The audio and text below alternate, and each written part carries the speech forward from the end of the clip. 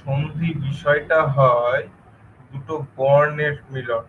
সন্ধি পুরোপুরি হচ্ছে কি দুটো বর্ণ, একটা বর্ণ, একটা বর্ণ, দুটো বর্ণের মিলন। আর সমাস হচ্ছে কি পদের মিলন। দেখবে, বলি এবার, এখানে শব্দটা কি, একটা শব্দ নিই, ধরো নিলাম হচ্ছে নদী শব্দ যুক্ত অত্র। এখানে কিন্তু এই যে নদী শব্দ আর অত্র শব্দ, এখানে কিন্তু সন্ধি হচ্ছে। হ্যাঁ, এখানে কিন্তু সমাস হচ্ছে না চট করে। আর দেখবে যখন এখানে রাগ্য পুরুষও বলছি,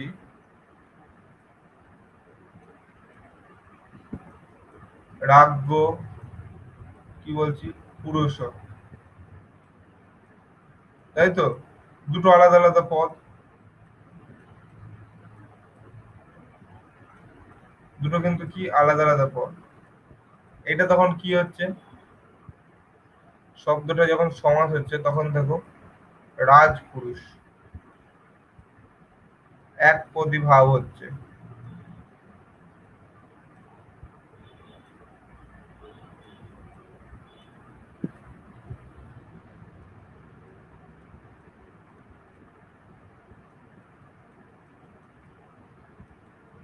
হচ্ছে তো?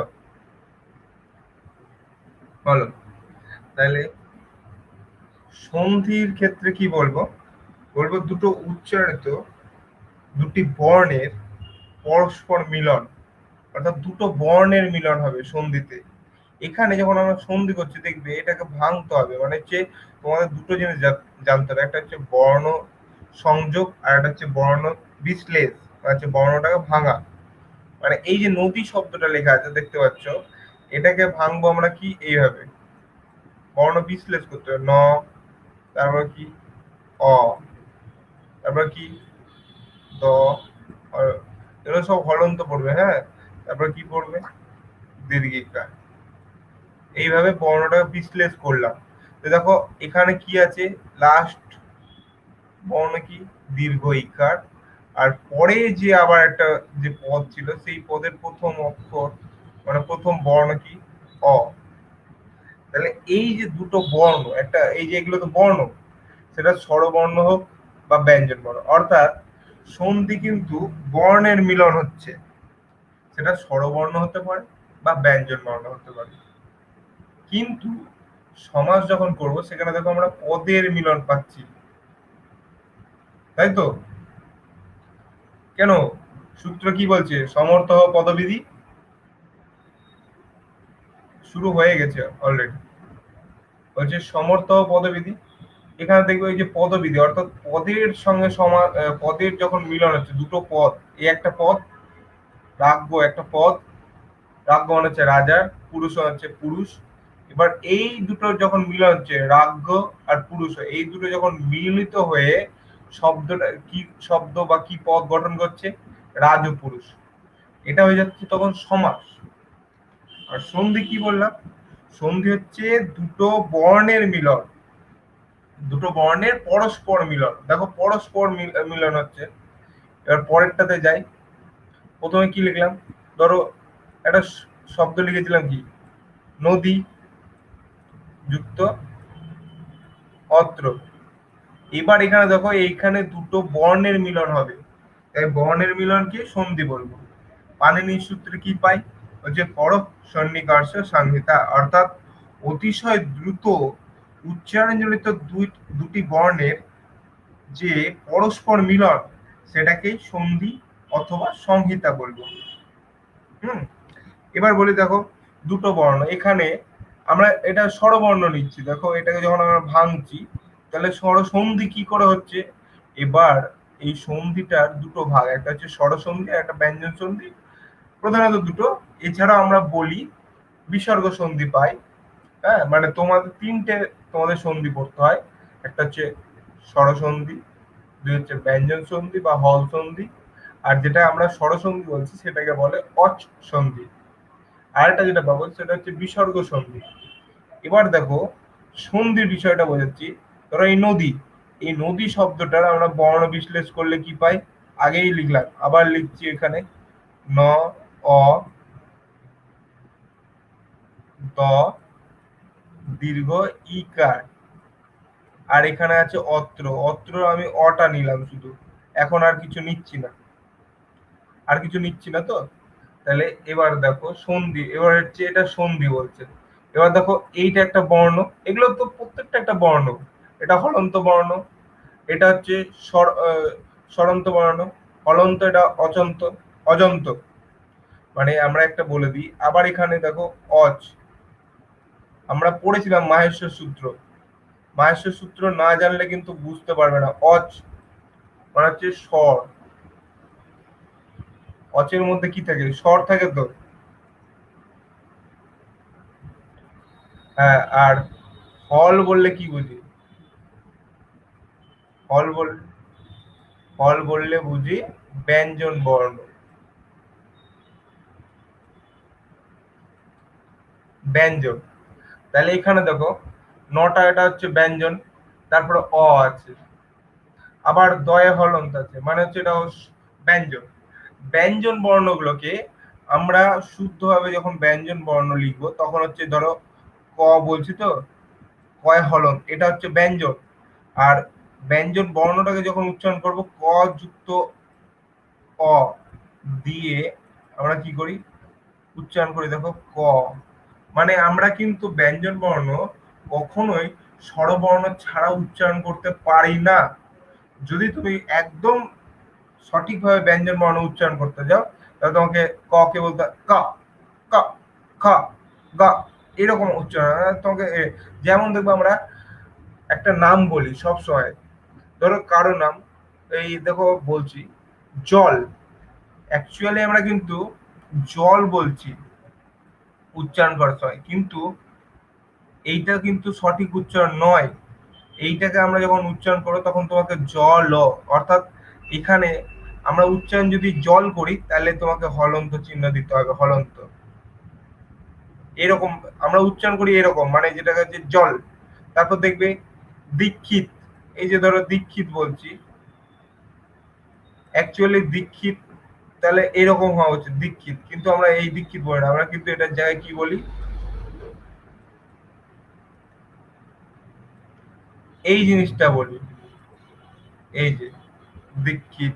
অর্থাৎ এইসব বর্ণে যখন আমরা উচ্চারণ করি, উচ্চারণ কিন্তু আমরা বাংলা ভাষাতে ভুল উচ্চারণ করি। যেমন বলি ফল, ফল বলি, দেখবে ফল বলি, কিন্তু বানান লিখি ফ, মানে অর্থাৎ ফটাকে ভাঙলে পরে কি হয়? ফ, অ, আবার ল, লয় হলন, এগুলো হচ্ছে ফ এ হলন, অ, তারপর লয় হলন, অ। এইভাবে উচ্চারণ, এইভাবে লিখি। কিন্তু এইভাবে উচ্চারণ করলে এটা হয় ফল, হয় না, ফল, জল, দীক্ষিত, এরকম বলা উচিত। কিন্তু আমরা সেরকম উচ্চারণ করি না। এটা হচ্ছে আমাদের বাঙালির ধর্ম। সেই জন্য বলছি ব্যঞ্জন বর্ণ যখন উচ্চারণ করব তখন তোকে হলন্ত চিহ্নটাকে উচ্চারণ করতে হবে। তো হলন্ত চিহ্ন তো আমরা উচ্চারণ করতে পারি না সঠিকভাবে। তাই দেখবে যখনই আমরা উচ্চারণ করি তখন স্বরবর্ণকে যুক্ত করি। দেখবে ক, তারপর হচ্ছে ক, কয় হলন্ত যুক্ত আকার। দেখবে কি বলি? কা, কা, তারপর কি, কু, মানে প্রত্যেকটার সাথে এই যে কয়ের সাথে, কয় হলন্তের সঙ্গে কি প্রত্যেকটা স্বরবর্ণ যুক্ত আছে, দিয়ে উচ্চারণ করি। আর শুধু ব্যঞ্জন বর্ণ লিখতে গেলে এইভাবে তোমাকে লিখতে হবে ক হলন্ত, নয়ে হলন্ত, ন লিখতে গেলে এরকম। এবার সন্ধিতে আসি বিষয়গুলো।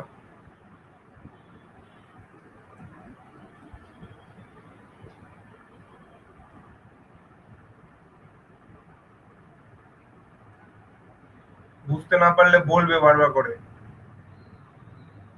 সেরকম দেখো আমরা সন্ধি করছি, এই যে এইখানে একটা সন্ধি হচ্ছে, দিয়ে এইটা তখন যখন সন্ধি পুরোপুরি হয়ে যায় কেমন রূপ হয়? নদ্য, জফলা, এরকম নদ্যত্র, এরকম থাকে তো। এটা সন্ধি হয়ে গেল, মানে দুটো বর্ণের সন্ধি হয়ে যাচ্ছে পরপর। এবার আসি তোমাদের, ভেঙে ভেঙে আসি তোমাদের যেটা হচ্ছে বিষয়। প্রথমত তোমাদের সিদ্ধান্ত ক্ষমতা অনুসারে পড়াবো, না তোমাদের একদম সাধারণভাবে বেসিকে যাবো? বলো সন্ধিটা, কে একজন বলো।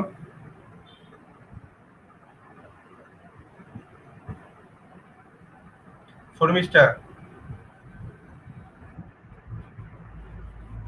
আচ্ছা, ঠিক আছে। তাহলে এবার আসি প্রথমত, আমি আগে যাই স্বরবর্ণ মানে দীর্ঘ সন্ধি, এইভাবে সবর্ণ সন্ধি। দেখো একটা সন্ধি করছি এইভাবে। প্রথমে হচ্ছে অ, লিখবে এগুলো, অ প্লাস অ। এই যেমন আমরা বীজগণিত অঙ্ক করতাম, এ প্লাস বি যেরকম হতো সেরকম, অ প্লাস অ। মানে হচ্ছে দেখো, প্লাস প্লাস হলে পরে কি করতাম, প্লাস করতাম তো, প্লাস মাইনাস হলে পরে কি করতাম, অঙ্কের নিয়ম মাইনাস। আবার মাইনাস প্লাস হলে পরে কি করতাম, মাইনাস। আবার মাইনাসে মাইনাসে কি হতো, প্লাস হতো তো।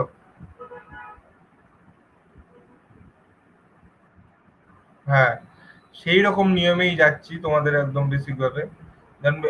এবার যেটা বলবো সেটা লিখবে, অ প্লাস অ। লেখো, অ প্লাস অ সমান সমান কি হবে, আকার। আবার দেখো, অ প্লাস আ, মানে এইটা চেঞ্জ করছি, এই রোটা, হ্যাঁ। তাহলে কি হচ্ছে, আবার সেই আকার। এবার এখানে অ অ হলো দুটো, এবার আ লিখি, আ প্লাস অ যদি থাকে তবুও কি সন্ধি হয়, মানে এটা আকার হয়ে যায়, দীর্ঘ হচ্ছে। মানে এবার তোমাদের যে সন্ধিটা হচ্ছে সেটা হচ্ছে দীর্ঘ সন্ধি করছে, মানে সবর্ণ দীর্ঘ যাকে বলে। তারপর আবার তোমাদের আকার প্লাস হচ্ছে আকার,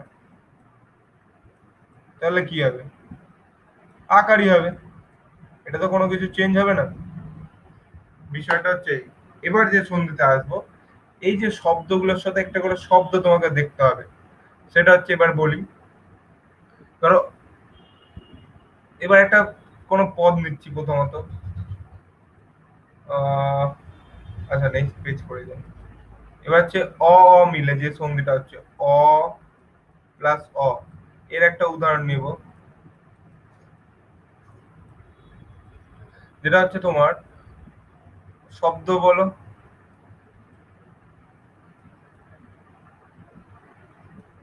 কি শব্দ?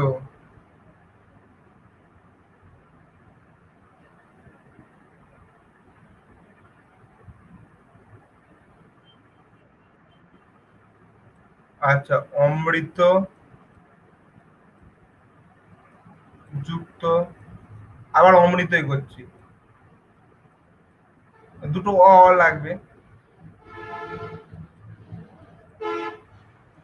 এবার দেখো, এই অমৃত এখানে এই লাস্টের টুকুটা নিচ্ছি, এটা তটাকে বর্ণ বিশ্লেষ কি হয়, তয় হলন অকার। এটা এটা অকার, হ্যাঁ। যুক্ত হচ্ছে কি, অ লাস্টে, মানে অমৃত শব্দ, আবার অমৃত শব্দ, মানে অ প্লাস অ ইকুয়ালিটি কি হচ্ছে আ। তাহলে এই যে তয়ে হলন, তয়ে হলন অ, এই যে অ পাচ্ছি, এই অ আর অ মিলে কি বললাম, এই যে আগে এখানে বলে দিলাম যে অ প্লাস অ মিলে কি হবে, আকার। আকার, তাহলে এই শব্দটা কি হয়ে যাচ্ছে, যখন আমরা সন্ধি করে পাচ্ছি এরকম শব্দ পাচ্ছি, অমৃত। বোর্ড দেখতে পাচ্ছ তো?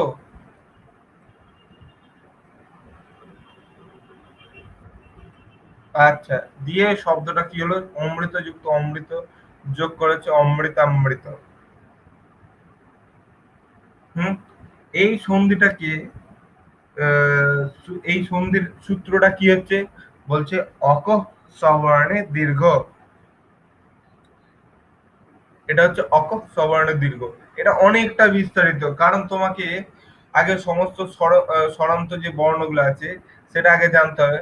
সেই মানে এগুলো হচ্ছে স্ববর্ণ হতে হবে। আসল কথা হচ্ছে অ এর সাথে অ, এটা হচ্ছে স্ববর্ণ। অর্থাৎ স্ববর্ণ কি মানে একক গোত্রীয়, একই গোত্রের হতে হবে, তবে এটা সন্ধি হলে দীর্ঘ হচ্ছে। মানে হচ্ছে এই অটা আর এই অটা দুটোই তো একই গোত্রীয়, মানে একই, এরা তো দুটোই সমান বলতে গেলে, মানে এরা তো আলাদা নয়। ধরো যেমন হচ্ছে অ আর ই, ধরো এটা অ, অ লিখলাম আর আবার ই লিখলাম, দুটো তো আলাদা। এটা অ, এটা ই, মানে এর সাথে স্ববর্ণ কোনটা হবে, অ আর আ, এই দুটো স্ববর্ণ হবে। এই যখন তুমি সংজ্ঞা পরিভাষার সূত্র পড়বে, তখন তুমি জানতে পারবে বিষয়টা কেন এটা অ আর আটা স্ববর্ণ আর এটা আলাদা অস্ববর্ণ। আবার ই এর সাথে দীর্ঘ ই, এটা হচ্ছে স্ববর্ণ, এই দুটো স্ববর্ণ, এই দুটো স্ববর্ণ, কিন্তু এইটা এইভাবে স্ববর্ণ নয়, এটা অস্ববর্ণ হয়ে যাচ্ছে। এইভাবে লম্বালম্বি করলে স্ববর্ণ, এইভাবে করলে অস্ববর্ণ। এবার পরেরটাই যায়, ভেঙে ভেঙেই বলছি। এবার ছিল কি, অ ছিল প্লাস আ ছিল, তাই তো? আবার এখানে সন্ধি কি হবে, আ আকার। এখানে এবার এবার একটা শব্দ নিই, নিলাম হচ্ছে নর, নর শব্দ। আর এটা কি নিলাম, আকারান্ত, আকৃতি।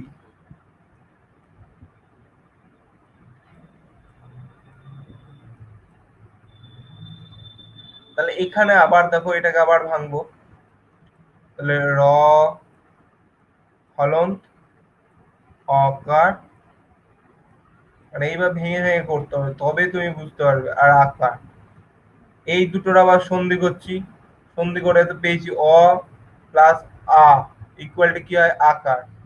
তাহলে আকার বসিয়ে দিলাম। এবার রূপটা কি হচ্ছে, নরাকৃতি। কেউ কিছু বলছো?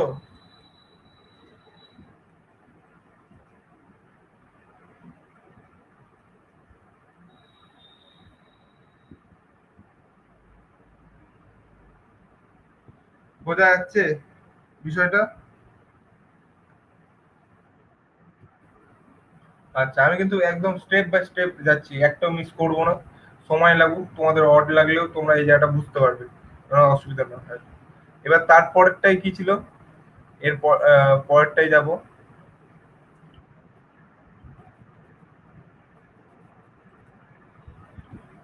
এই যে অসবর্ণ লিখে নাও। এটা হচ্ছে, হচ্ছে এই সূত্রটা হচ্ছে অক সবর্ণে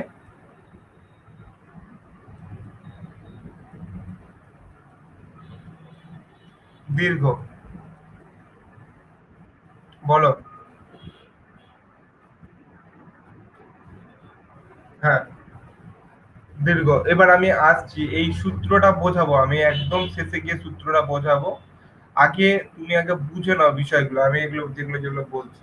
কারণ অক বিষয়টা তোমাকে বলতে গেলে আগে এই বিষয়গুলো তোমার সন্ধিগুলো দেখে নাও, বিষয়গুলো বুঝে নাও, তারপর অক সবর্ণ দীর্ঘ সূত্রটা বোঝালে সহজভাবে বুঝতে পারবে। আর প্রথমে যদি আমি অক সবর্ণ বোঝাতে যাই, তোমাদের মাথায় ঢুকবে না। তো আগে যেভাবে বোঝাচ্ছি দেখে নাও, এইটা হচ্ছে সূত্র।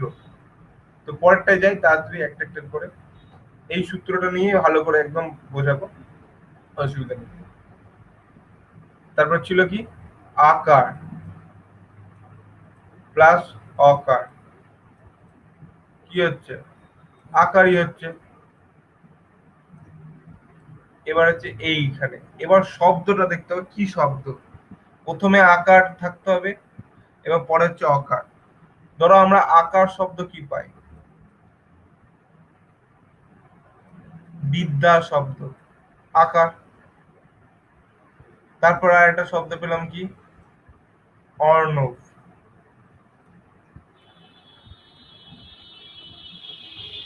অর্ণব শব্দ।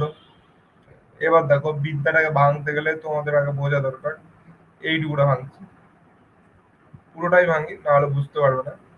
ব, ইকার, বয় কিন্তু হলন্ত, আবার দ লিখছি যখন, হলন্ত, জ ফেলা যেটা লিখছি হলন্ত। তারপরে কি হচ্ছে আকার, তারপর কি হচ্ছে যুক্ত অকার। অর্ণবের পুরোটা লিখছি না, এইটুকুটা বুঝো। এটা দেখো ভাঙলে আগে কি হচ্ছে বয় হলন্ত ইকার, দয় হলন্ত ইয়া ফেলা ইয়া, এটা দয় হলন্ত, তারপরটা হচ্ছে ইয়া হলন্ত, ইয়া বলে যেটাকে জ ফেলা বলি। সেটা তারপরে কি হচ্ছে আকার, প্লাস হচ্ছে কি অ, এই দুটো মিলে কি হচ্ছে দেখো বলে দিচ্ছি এই আকার হচ্ছে। তাহলে শব্দটা কি গঠন হচ্ছে,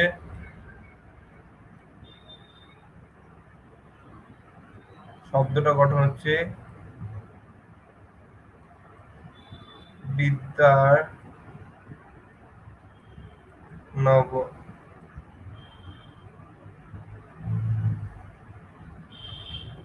বোঝা গেল? এইভাবে শব্দগুলো মানে তোমাদের এই যে চারটে বিষয় দেখাচ্ছি, এই যে চারটে করে ভাগ করছি, এইটা শেষে গিয়ে বলছি বিষয়টা, তবে বুঝতে পারবে। এটা হচ্ছে 3 নম্বর গেল, প্রথম এক, এক, তারপর হচ্ছে 2, 3। এবার 4 নম্বরে আসি, সেটা হচ্ছে তোমার আকার যুক্ত আকার ইকুয়াল টু কি, সেই আকার। এবার একটা শব্দ তো নিলাম, আগেরটাই পেলাম, কি পেলাম, বিদ্যা শব্দ, তাই তো? তাহলে হচ্ছে আচ্ছা অন্য একটা শব্দ নিই, ধরো গদা, গদা শব্দ যুক্ত আঘাত, বলি তো গদা, গদাঘাত যেগুলো আমরা বলি। তাহলে এবার এখানে দেখো শব্দটাকে ভাঙছি, সব সময় সন্ধি করতে গেলে বর্ণ বিশ্লেষ করতে হবে তোমাকে। বিশ্লেষ যদি খাতাতেও না করো, মনে মনে যদি না ভাবো, তাহলে তুমি কখনোই সন্ধি করতে পারবে না যে কার সাথে কার সন্ধি হচ্ছে। সন্ধি বিষয়টা খুব ডিফিকাল্ট, মানে সূক্ষ্ম পার্থক্য আছে। এই জন্য ধরে ধরে বলছি, তোমরা ধরে ধরে শেখো। একটা সূত্র একদিন শেখো তাও অনেকটা ভালো করে শেখো। দেখো তাহলে কি হচ্ছে গদা, দেখো এখানেও আছে, এখানে আমরা কিন্তু যখনই সন্ধি করব পূর্ব বর্ণের শেষ অক্ষরটাকে নেব, আর হচ্ছে তোমার প্রথম বর্ণের, এটা হচ্ছে প্রথম যে পদ বা প্রথম যে শব্দ তার শেষ বর্ণ, আর দ্বিতীয় যে শব্দ তার প্রথম বর্ণ, মানে হচ্ছে তোমার শেষ বর্ণের সাথে প্রথম বর্ণ হচ্ছে পূর্বের শেষ, আর দ্বিতীয় আরম্ভ যেটা হচ্ছে, এই দুটো সন্ধি করছে। দেখো সব ক্ষেত্রে তাই, সন্ধির ক্ষেত্রে যেটাই করো, হল সন্ধি বলো, ব্যঞ্জন সন্ধি বলো, হল সন্ধি বা ব্যঞ্জন সন্ধি, স্বরসন্ধি বা বিসর্গ, সব ক্ষেত্রে তোমাকে শেষ বর্ণটা দেখতে হবে। সন্ধির ক্ষেত্রে একটাই নিয়ম, শেষ বর্ণ, অর্থাৎ প্রথম শব্দ যেটা থাকবে বা পদ থাকবে তার শেষ বর্ণ, এবং দ্বিতীয় যে পদ থাকবে তার আরম্ভ, আরম্ভ, এই দুটোকে নিয়ে সন্ধি হয়। তো দেখো এখানে আবার সেই গদা শব্দের লাস্টে কি পেয়েছি আকার, আবার আঘাতের যে পরের যে বর্ণ, সেখানেও আঘাতের কি আঘাতের কি পেয়েছি আকার, অর্থাৎ দুটো আ মিলে আকার প্লাস আকার মিলে কি হচ্ছে আকারই হচ্ছে। শব্দটা কি গঠন হচ্ছে, এবার তোমাকে আবার এই বর্ণ বিশ্লেষ করার পর বর্ণ সংযোগ করতে হবে, মানে বর্ণ সমস্ত বর্ণকে আবার জোড়া লাগাতে হবে। গ এরকম হলো, দয়া আকার চলে এলো, এই আকারটা, তারপর কি হচ্ছে ঘাতের ঘাত, তাহলে শব্দটা হয়ে গেল গদাঘাত। এই গেল তোমার, এটা হচ্ছে অ, অবর্ণর, অ যে সবর্ণ অবর্ণের, এটা গেল। এবার আসতে, এবার যেতে হবে ই বর্ণ, ধরো এবার ই বর্ণ করব, ই, তাহলে আবার সেই একই, এবার এদের মধ্যে সবর্ণ, দেখো এইটা ই আর ই, এ সবর্ণ, সবর্ণ তো। আবার এখানে ধরো আহ এ দিয়ে দেখো সবর্ণ হচ্ছে, মানে অ্যাকচুয়ালি এখানে সন্ধিটা বলতে গেলে দুটো সবর্ণ যখন একত্রে হচ্ছে তখন তারা কি হয়েছে দীর্ঘকার হয়েছে। মানে আমাদিকে, আমরা তো প্রথমত জেনেছি এটা হচ্ছে অ, অ, মানে আমরা আগে বলি না যে তোমাদের অ ক খ শিখতে হবে, অ ক খ না শিখলে সন্ধিটাও ভালো করে জানতে পারবে না। দেখবে অ, তারপর হচ্ছে আ, এইভাবে লিখছি। আমরা মাহেশ্বর সূত্রে যদি দেখি অ, ই, উ, তারপর হচ্ছে কি ছিল, উন ছিল তো, এটা আমরা বাদ দিয়ে দেবো, এটা লোপ বর্ণ। তারপর ছিল অ, ই, উন, তারপর কি ছিল, রে, তারপর হচ্ছে লিকার, এটা ধরেছি। তারপর কি হচ্ছে এই, এবার তারপরে স্ববর্ণ করি।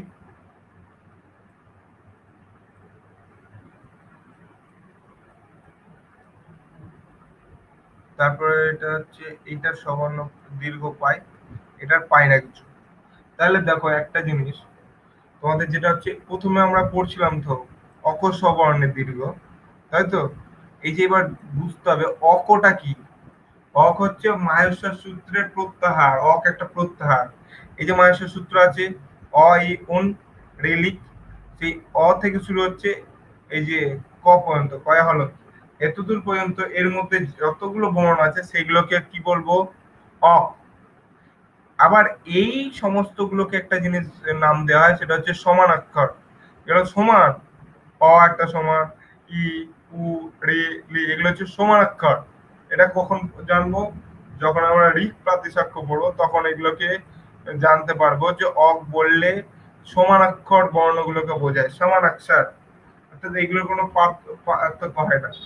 এই সমানাক্ষর গুলো কি হয়, দেখো অ আর অ দিয়ে যে চারটে বিষয় বোঝালাম হয়, এই যে এই যে বিষয়গুলো চারটে, একটা, এক, দুটো, তিনটে, চারটে, দেখো এগুলো হচ্ছে অ, এটা একটা বর্ণ, এই অ, এই দুটো স্ববর্ণ, কি হচ্ছে স্ববর্ণ হয়ে দীর্ঘ, দীর্ঘ ইকার হয়ে যাচ্ছে, দীর্ঘকার, মানে দীর্ঘ বর্ণ। অ প্লাস অ মিলে কি হচ্ছে আ, মানে এইগুলো দেখো অ, তারপর ই, উ, রি, লি, এগুলো তো প্রত্যেকটাই হচ্ছে হর্ষবর্ণ। পানিনি সূত্রে, এই ধরো মাহেশ্বর সূত্রে তো আমরা সমস্ত হর্ষবর্ণ গুলো পাই, পাই তো, সমস্ত বর্ণগুলো পাই হর্ষবর্ণ, কিন্তু এখানে তো দীর্ঘ বর্ণ পায় না। তখন সূত্র করে দিয়েছিলেন পারেনি এগুলোকে দীর্ঘ বুঝতে হবে, মানে কি করলে, দেখো এগুলো যখন এগুলো যখন সন্ধি হচ্ছে, যখন সবর্ণ সন্ধি হচ্ছে অ এর সাথে অ বা অ এর সাথে আ, তখন এই দীর্ঘ বর্ণটাই শেষে হচ্ছে। সেরকমই দীর্ঘ ই এর ক্ষেত্রেও কি হচ্ছে, দেখো এই যে ইকার প্লাস ইকার মিলে কি হচ্ছে, দীর্ঘ ইকার হচ্ছে, দীর্ঘ ইকার হচ্ছে। এবার ইকারে এবার উদাহরণ না দিলে আমরা বুঝতে পারবো না। ধরো কি লিখবো,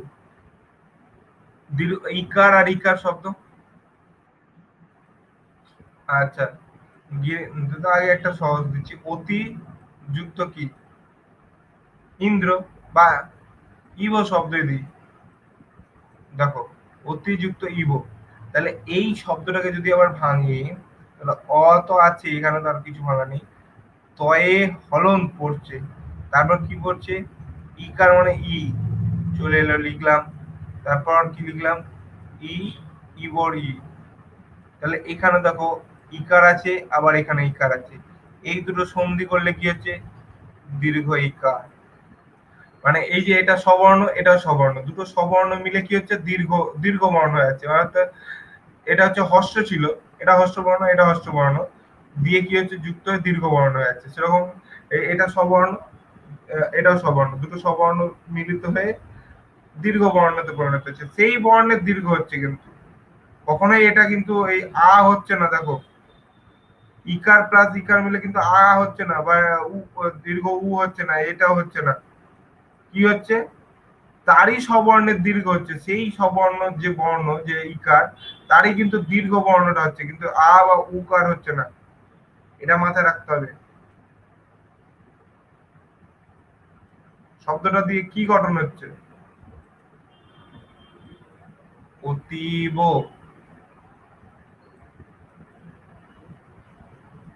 অতীব। এরপরটা যাই, এরপরটা কি আছে, আবার ইকার নিলাম, তারপর হচ্ছে নিচে কি দীর্ঘ ইকার। ইকার, এটা হস্র ইকার, এটা দীর্ঘ ইকার, মিলে কি হচ্ছে দীর্ঘ বর্ণ হচ্ছে, দীর্ঘ ইকার হচ্ছে। আবার শব্দ কি নেব, ধরো এবার হচ্ছে প্রতি শব্দ নিলাম, আর এখানে কি নিলাম ইক্ষা শব্দ, দীর্ঘ ইকারান্ত শব্দ, এটা হচ্ছে ইক্ষা।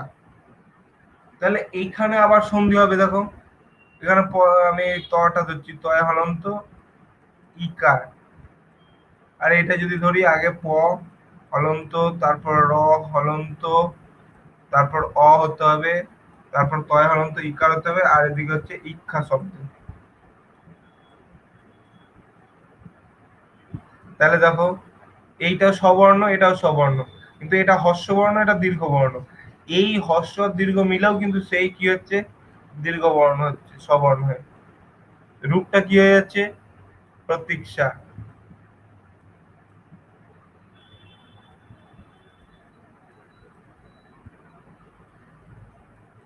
এই শব্দগুলো আমরা ব্যবহার করি তো। এ হলো, এটা হলো তোমার ইকারে। আবার পরেরটাও কিন্তু সেই একই রকম, দীর্ঘ ইকার প্লাস হচ্ছে ইকার সমান কি হচ্ছে দীর্ঘ ইকার হলো।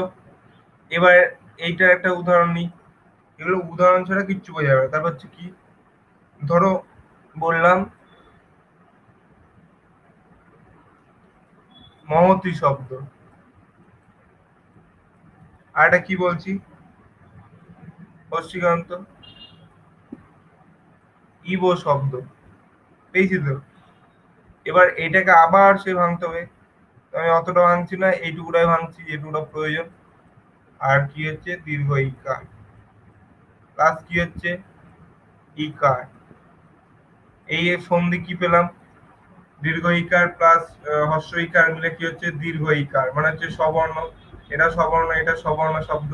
সবর্ণ দুটো যুক্ত হয়ে কি হচ্ছে, দুটো বর্ণের যখন মিলন হচ্ছে সবর্ণ বর্ণের, তখন কি হচ্ছে দীর্ঘ বর্ণ তৈরি হচ্ছে। তাহলে সন্ধিটা এখানে আবার হচ্ছে মহতি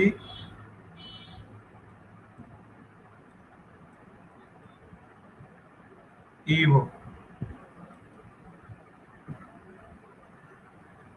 আচ্ছা এবার দেখে নাও ভালো করে, তাড়াতাড়ি পাল্টে দিচ্ছি। আচ্ছা, বোঝা গেছে। এবার তোমাদের এটা, আচ্ছা দুই হয়ে গেছে। আচ্ছা এবার লাস্টে যেটা হচ্ছে সেটা হচ্ছে, এবার দুটোই দীর্ঘ বর্ণ, দেখো দুটোই দীর্ঘ বর্ণ, তবুও কি দুটো দীর্ঘ বর্ণ মিলে কি হবে সেই একই হবে, দীর্ঘ ইকারই হবে।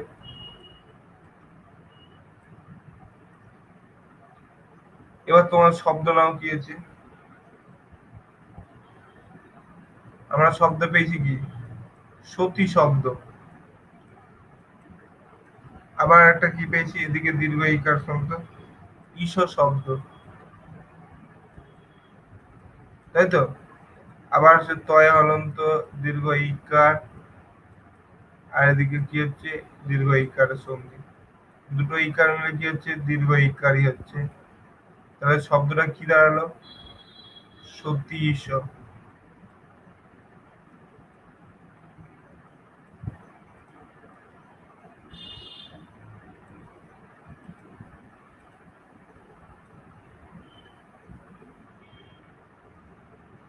সতীশ সেই রকমই, এটা তো তোমার প্রথম একটা জায়গায় বললাম, কোথায় বললাম দেখো,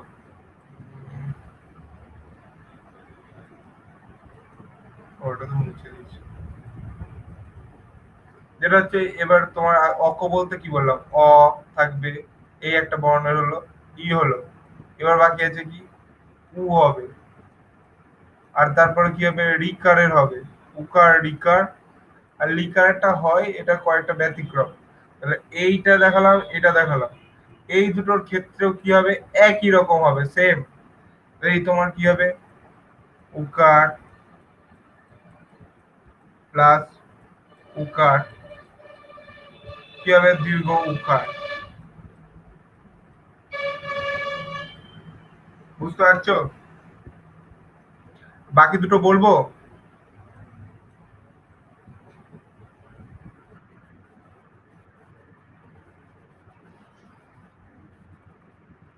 আচ্ছা ঠিক আছে।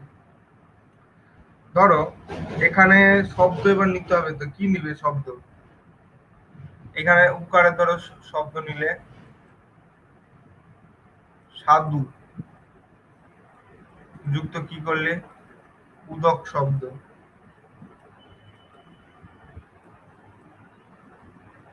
তাই তো? দেখো এখানে এটা ভাঙলে দয়া হলন্ত উকার, আর কি যুক্ত হচ্ছে? উকার। এই দুটো মিলে কি হচ্ছে? এই যে বলে দিলাম, দীর্ঘ উকার হবে।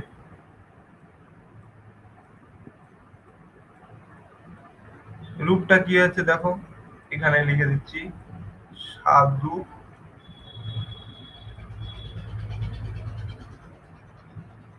দকম, সাধু। বুঝলে? এই হচ্ছে রূপ, এরকম হবে। সেরকম আবার ধরো কোন একটা শব্দ নিলে, এখানে হচ্ছে দীর্ঘ কারান্ত শব্দ, ধরো এখানে কোন শব্দ কি, আচ্ছা এখানে ধরো নিলে এরকম। এবার যাচ্ছি কিসে, আহ সাধু, সাধু গেল। আচ্ছা, আচ্ছা এইটা এইখানটা এবার তোমার অন্য শব্দ নেই। উম, আচ্ছা লঘু শব্দ নিলাম। আর এইটা তো গেল একটা, এরপরে এটা এটা এবার করে দিই দ্বিতীয়, দ্বিতীয়টা ক্ষেত্রে। এবার হস্যকার যুক্ত দীর্ঘ উকার মিলেছে দীর্ঘ উকার, এই শব্দটা চেঞ্জ করে দিই। এই শব্দটা কি করি? আচ্ছা এই শব্দটা করি তোমার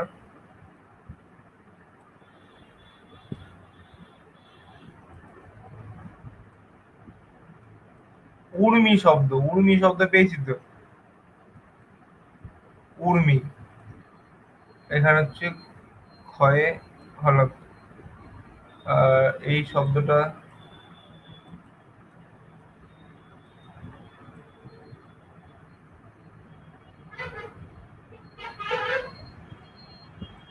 আচ্ছা এবার এখানে দেখো এটা যোগ, এটা হলে কি হয়? সন্ধি করে দিয়েছি। এখানটা ধরো এটা দীর্ঘ, যে পূর্বটা হস্য পরেরটা দীর্ঘ, মিলে হচ্ছে দীর্ঘ। তারপর কি হচ্ছে এখানে? লঘুর্মি, লঘুর্মি শব্দটা গঠন হচ্ছে। এই শব্দটা গঠন হচ্ছে। তারপরে যেটা হচ্ছে তোমার সেই একই রকম, ধরো এখানে এই লঘু শব্দটা এবার হচ্ছে এই জায়গাটা দীর্ঘ কারান্ত হচ্ছে, ধরো এই জায়গাটা দীর্ঘ, অর্থাৎ আগে হচ্ছে দীর্ঘ, তারপর হচ্ছে কি হচ্ছে? হস্য।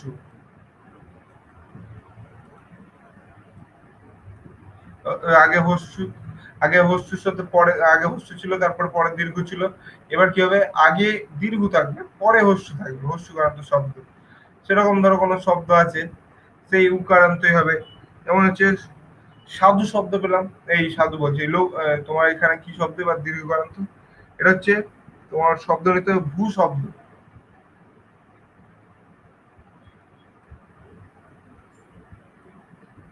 ধরো দীর্ঘ কারান্ত শব্দ কি?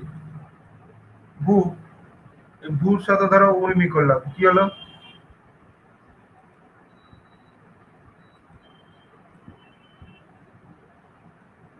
ভূর সাথে উর্মি শব্দ। উর্মি, ও উর্মিটা হবে না। এখানে হচ্ছে উদক শব্দ করলাম, ধরো ভূ যুক্ত উদক, ভূ যুক্ত উদক করলাম। যাই করি আমি, দেখো উকারান্তের সাথে কি হয়ে যাবে? ভূযুক্ত উদক করলে সেই দীর্ঘকারান্ত হয়ে ভূদক, এই শব্দটা গঠন হবে। সেরকমই এরপরে আসি, ধরো দুটোই দীর্ঘকারান্ত, মানে এটা হচ্ছে দীর্ঘ উকার, তারপরেরটা হচ্ছে দীর্ঘ উকার, এই দুটো মিলেও সেই একই দীর্ঘ উকারই হবে। তখন হচ্ছে একটা শব্দ নিলাম ভূ আর উর্মি, এ কি হচ্ছে ভূর্মি, ভূর্মি।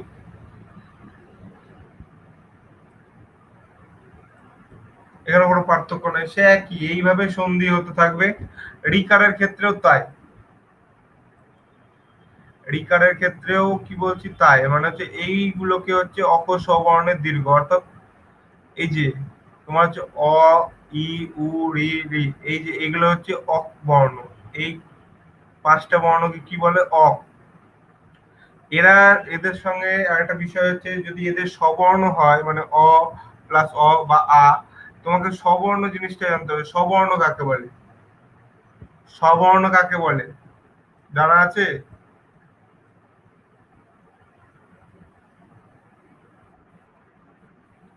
একই বর্ণ ভালো করে পড়েছো কি? স্ববর্ণ সংজ্ঞা, কয়েকটি প্রয়োজনীয় সংজ্ঞা পড়তে বলেছিলাম। তুল্যাস্য প্রযত্নং স্ববর্ণ পড়েছিলে বা শুনেছিলে কোথাও? লঘু না, পানি নিয়মেই আছে একদম সাধারণভাবে। এবার তোমাকে ওই তুল্যাস্য প্রযত্ন স্ববর্ণ ওটা ভালো করে বুঝতে হবে, মানে হচ্ছে এখানে স্ববর্ণ সংজ্ঞা কাদের হচ্ছে, কিভাবে হচ্ছে, সেটা অনেক বিস্তর। সাধারণভাবে জানবে স্ববর্ণ সংজ্ঞা হচ্ছে এই কয়েকটা বর্ণ, এখন সাধারণ তোমাকে জানতে হবে।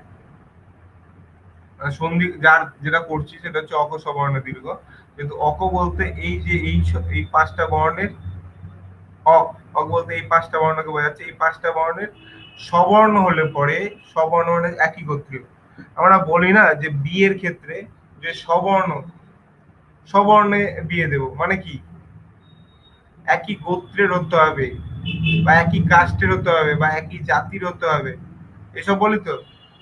ধরো কেউ হিন্দু যদি হয়, তো সে হিন্দু গোত্রেই বিয়ে দেবে, মানে হিন্দু জাতীয় ছেলেকেই বিয়ে দেবে। বৌদ্ধ খ্রিস্টান এইসবকে তো দেবে না।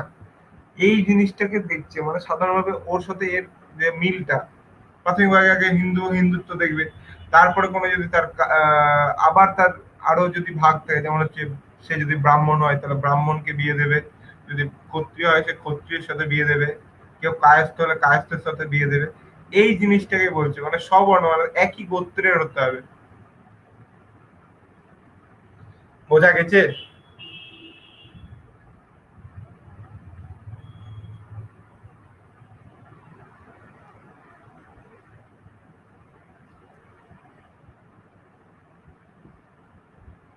কি প্রশ্ন আছে কিছু? বলবে।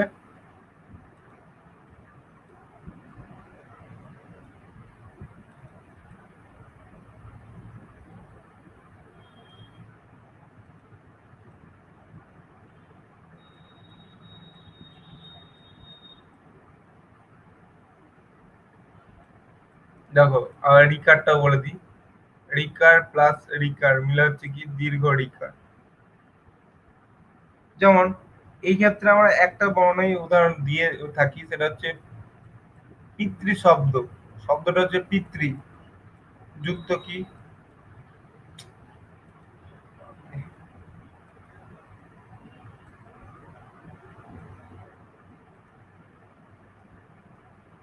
পিতৃ শব্দের সাথে ঋণম শব্দ, ধরো এই যে ঋণ বা ঋত, ঋণ লিখলাম। তাহলে এই যে এখানে দেখো তয়ে রিকার, রিকার আছে তো, এই রিকার প্লাস হচ্ছে এই রিকার, এই দুটো মিলে কি হচ্ছে দীর্ঘ রিকার হচ্ছে।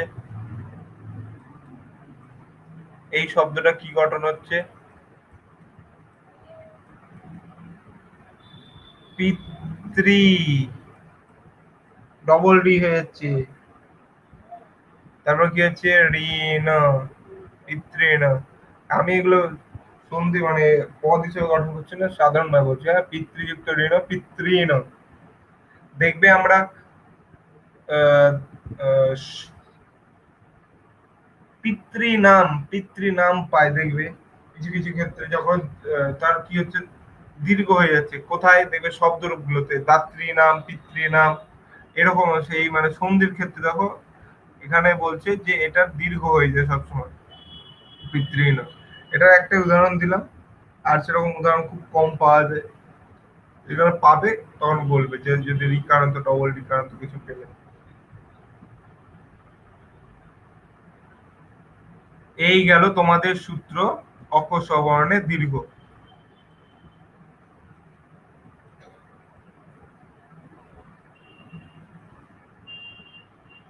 মানে অক হচ্ছে এই যে পাঁচটা বর্ণের কথা বললাম, এই পাঁচটা বর্ণের কি হচ্ছে দীর্ঘ হবে। দীর্ঘ বর্ণ কি? এই যে অয়ের দীর্ঘ হয়ে যাচ্ছে আকার, ইয়ের দীর্ঘ কি হয়ে যাচ্ছে দীর্ঘ ইকার, উ এর দীর্ঘ কি হচ্ছে দীর্ঘ উকার। এটা তো দীর্ঘ কি রিকার। আর এটার কোনো দীর্ঘ সেই অর্থে নাই। আমরা এই চারটাকে ধরেই আমরা সন্ধি করে থাকি, সন্ধি পাই। সেই এই সূত্রটাকে সূত্র দিয়ে যদি আমরা চিনতে যাই সেটা হচ্ছে অক স্ববর্ণে দীর্ঘ। এই হচ্ছে একটা পাণিনির সূত্র। আর এটাকে আমরা সাধারণভাবে কি বলবো, মানে স্ববর্ণে স্ববর্ণ সন্ধি।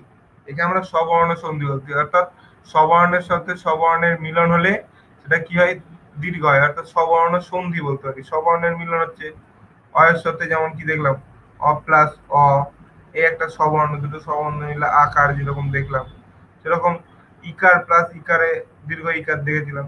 এগুলো তো স্ববর্ণ, একই গোত্রের, এটাই বোঝাতে চাইছি। আর অস্ববর্ণ কি? এইভাবে ধরলে, এই লম্বালম্বি ধরলে এটা স্ববর্ণ, এই পাশাপাশি ধরলে এগুলো অস্ববর্ণ।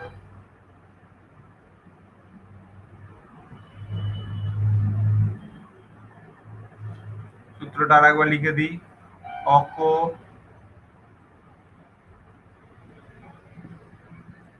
স্ববর্ণে,